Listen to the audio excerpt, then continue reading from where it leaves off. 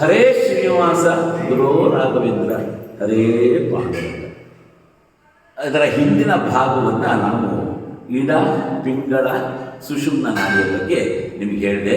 ಆಧಾರ ಮೊದಲಾದ 6 ಚಕ್ರ ಶೋಧಿಸಿ ಬಿಡಬೇಕು ಈಶನ 3. ಈ ಪುರಂದರದಾಸರು ಈ ಒಂದು ಕೀರ್ತನೆಯಲ್ಲಿ ಇದನ್ನ ಹೇಳ್ತಾ ಇದ್ದಾರೆ. ಈಶನ 3 ಅಂತಂದ್ರೆ, ಈಶನ ಅಂದ್ರೆ ತ್ವರಿತಗತಿಯಲ್ಲಿ ಬಹಳ ವೇಗದಿಂದ ನಾವು ಇದನ್ನ ಉಸಿರಾಟದ ಕ್ರಿಯೆಯನ್ನು ನಾವು ಸದೃಢಗೊಳಿಸ್ಕೊಳ್ಬೇಕು ಅಂತೇಳಿ ಈ 3 ನಾಡಿಗಳನ್ನು ಶೋಧನದ ಬಗ್ಗೆ ನಮಗೆ ಪುರಂದರದಾಸರು ಇದನ್ನು ಹಾಕಿಕೊಟ್ಟಿದ್ದಾರೆ. ಇದರಂತೆ ನಾವು ಈ ಉಸಿರಾಟದ ಕ್ರಿಯೆಯನ್ನು ಮಾಡಿಕೊಳ್ಳುವುದರಿಂದ ನಮ್ಮ ದೇಹದ ಉಷ್ಣತೆಯೂ ಕೂಡ ಕಾಪಾಡುತ್ತೆ, ಜೊತೆಗೆ ಆರೋಗ್ಯವೂ ಬರುತ್ತೆ, ಆರೋಗ್ಯದ ಜೊತೆಗೆ ಮಾನಸಿಕ ನೆಮ್ಮದಿಯೂ ಸಿಗತ್ತೆ. ಆದ್ದರಿಂದ ನಾವು ಪ್ರತಿನಿತ್ಯ ದೇವರ ಮುಂದೆ ಕೂತ್ಕೋಬೇಕಾದ್ರೆ ಕನಿಷ್ಠ ಪಕ್ಷ ನಾಡಿ ಶೋಧನ ಪ್ರಾಣಾಯಾಮವನ್ನು, ಸರಳ ಪ್ರಾಣಾಯಾಮವನ್ನು ದಯಮಾಡಿ ತಾವು ಇದನ್ನು ಮನೆಯಲ್ಲಿ ಒಂದು 5 ರಿಂದ 10 ನಿಮಿಷದ ತನಕ ನೀವು ಇದನ್ನು ಆರಂಭಿಸಿಕೊಳ್ಳಿ. ನಂತರ ಮುಂದುವರಿಸಿಕೊಂಡು ಹೆಚ್ಚು ಕಾಲವನ್ನು ಇದಕ್ಕೆ ಕೊಡ್ತಾ ಹೋಗಬೇಕು.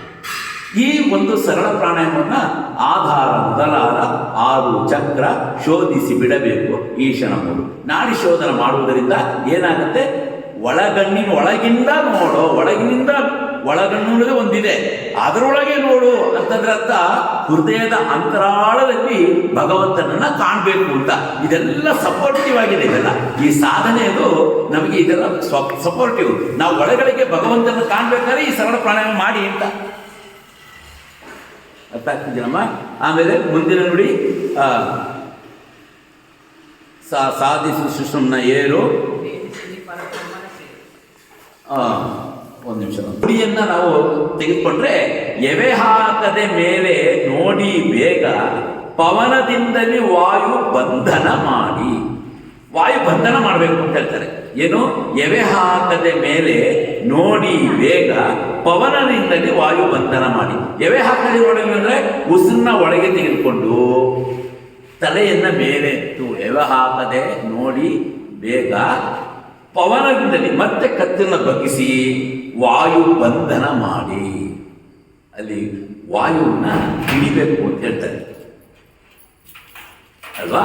ಆ ವಾಯುವನ್ನು ಹಿಡಿಯೋದು ಹೇಗೆ, ಅದಕ್ಕೆ 3 ಬಂಧನಗಳನ್ನು ಮಾಡಿ ಇರ್ತಾರೆ. ಬಂಧನವನ್ನು ಮಾಡಬೇಕಾದ್ರೆ 3: ಜಾಲಂಧರ ಬಂಧ, ಉಡ್ಡಿಯಾನ ಬಂಧ, ಮೂಲಾಧಾರ ಬಂಧ ಅಂತೇಳಿ 3 ಬಂಧನಗಳನ್ನು ಮಾಡಬೇಕಂತೆ. ಜಾಲಂಧರ ಬಂಧ ಅಂದರೆ ಕತ್ತನ್ನ ತಗ್ಗಿಸೋದು, ಗಾಳಿಯನ್ನು ಹೊರಗಡೆ ಬಿಡುಗಡೆ ಮಾಡೋದು, ಅದು ಜಾಲಂಧರ ಬಂಧ. ಉಡ್ಡಿಯಾನ ಬಂಧ ಅಂದರೆ ನಮ್ಮ ಈ ಹೊಟ್ಟೆಯ ಭಾಗದಲ್ಲಿ ವಾಯುವನ್ನು ಬಿಗಿಯಾಗಿ ಹಿಡಿಯೋದು.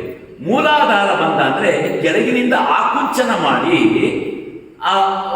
ಹಿಡಿತಕ್ಕಂಥ ಒಂದು ಬಂಧ. ಈ ಬಂಧ ಕ್ರಿಯೆಗಳನ್ನು ಮಾಡಿ ನಾವು ಪ್ರಾಣಾಯಾಮ ಮಾಡಬೇಕು ಅಂತಂತಾರೆ. ಎವೆ ಹಾಕದೆ ನೋಡಿ ಮೇಲೆ ಬೇಗ ಪವನನಿಂದಲೇ ವಾಯು ಬಂಧನ ಮಾಡಿ ಸವಿದು ನಾದವ ಪಾನ ಮಾಡಿ ನವವಿಧ ಪ್ರಕೃತಿಲಿ ನಲಿದಾಡಿ. ಇದೊಂದು ಸರಳವಾಗಿ ತಂದಿದೆ.